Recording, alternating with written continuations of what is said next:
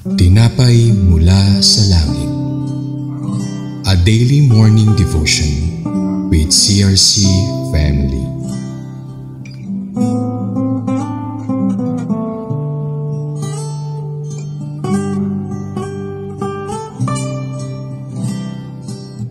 Magandang umaga po sa bawat isa. Ako po si Pastor Eunice Katapang, isang youth pastor from CRC Makati. Samahan niyo po kami sa ating programang Tinapay Mula sa Langit, ang pang-araw-araw nating devotion sa salita ng Diyos. Ngayong umaga ay matutunghayan po natin ang Numbers 30 verse 2 na pinamagatang The Command of the Lord Regarding Vows. Ngunit bago po tayo magpatuloy, tayo po ay tumako sa ating maikling panalangin. Praise God, Hallelujah. Aming dakilang Diyos na tangi, dakila, mapagpala at makapangyarihan sa lahat. Salamat po sa panibagong araw na to at panibagong kalakasan na ibinibigay niyo po sa amin. Dalangin po namin na patuloy niyo po kaming bigyan ng malinis na kaisipan, malinis na puso, humble spirit sa amin pong pagtanggap ng inyong mga salita sa araw na to. Dalangin po namin na hindi lang namin ito basta mapakinggan, kundi ito ay tumimo sa aming mga puso at maisabuhay namin ang lahat ng ito. Dalangin din po namin na patawarin niyo po kami sa lahat ng aming mga nagawang kasalanan at mga nagawa naming pagkukulang at patuloy kaming maging karapat-dapat na humarap sa inyo at gumanap sa mga tungkulin na nais nyo pang gawin namin sa aming purpose dito sa lupa. Dalangin po namin na kayo po ang siyang patuloy na mapapurihan, madakilan, masamba sa lahat ng aming mga gagawin. Maraming salamat po sa bawat kasagutan ng aming mga panalangin. In Jesus' name we pray. Amen and amen. Atin pong basahin ang Numbers 30 verse 2 sa NIV version. When a man makes a vow to the Lord or takes an oath to obligate himself by a pledge, he must not break his word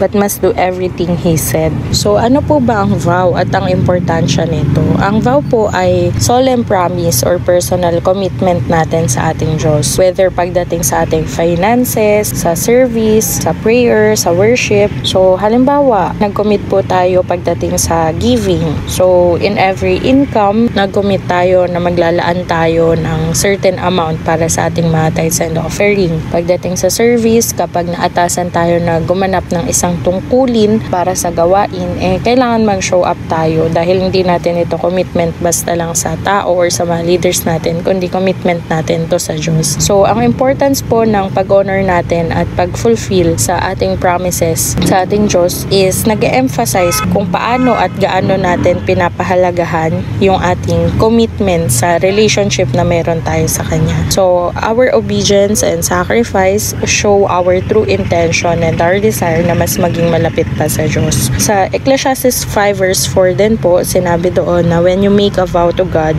do not delay to fulfill it. He has no pleasure in fools. Fulfill your vows. Ito po ay warning ni Solomon pagdating sa mga foolish promises. Hindi lang dapat tayo basta nagva-vow or nagko-commit sa Panginoon out of our emotions. Halimbawa, masyadong masaya, masyadong malungkot. Dahil ang ating mga vows po ay serious commitment na hindi lang basta pangako. Kundi ang mga vows na ito ay tayo po ang nagbigay o tayo ang nag-commit sa Diyos. Kaya once na i-commit na po natin ito, kailangan po natin itong gampanan. So, breaking a vow means broken trust and broken relationship din. We must remember na even ang ating Diyos na buhay ay nagkikip ng kanyang mga promises sa kanyang mga anak. If ever na tayo yung hindi makakommit sa mga vows natin sa kanya, wala siyang ibang magagawa doon kasi personal natin yun Kumbaga, decision natin na magampanan yun. So, even our body is weak, we must make sure that our spirit is strong para magampanan yung mga yun. Do not make a vow that you cannot keep. So, it's better to make a good promise and keep it. At kung meron naman pong mga pinapakita sa atin ng Diyos na mga gampanin, baka tayo talaga yung pinangungusapan niya para tumayo sa mga yun. Ipag-pray din natin na, Panginoon, ako ba yung nais mong tumayo o gumanap sa gawain na ito? Kung ako po,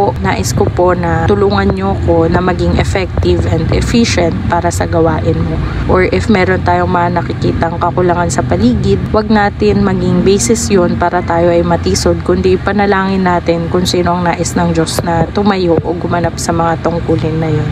And also, when making a vow, we must pray and ask the Lord to help us fulfill it the way we should. And of course, we must also pray for honesty about all our feelings, our thoughts, and even yung mga gagawin pa natin na gampanin para sa kanyang gawain. Nawa ay meron po tayong natutunan sa ating pagninilay-nilay sa salita ng Diyos. Ngayon po ay tayo ay dumako sa ating closing prayer. Hallelujah. Aming dakilang Diyos na makapangyarihan sa lahat, maraming salamat po sa inyong mga salita na patuloy na nagbibigay buhay sa amin. Dalangin po namin na when we commit or we make a vow, dalangin po namin na bigyan niyo po kami ng strong spirit and magampanan po namin ang mga vows na yan effectively sa lahat ng aming mga iisipin, mga sasabihin, mga gagawin. Nawa Panginoon ay patuloy kaming makapagbigay ng kadakilaan at kapurihan sa inyo. Maraming salamat po sa aming mga buhay.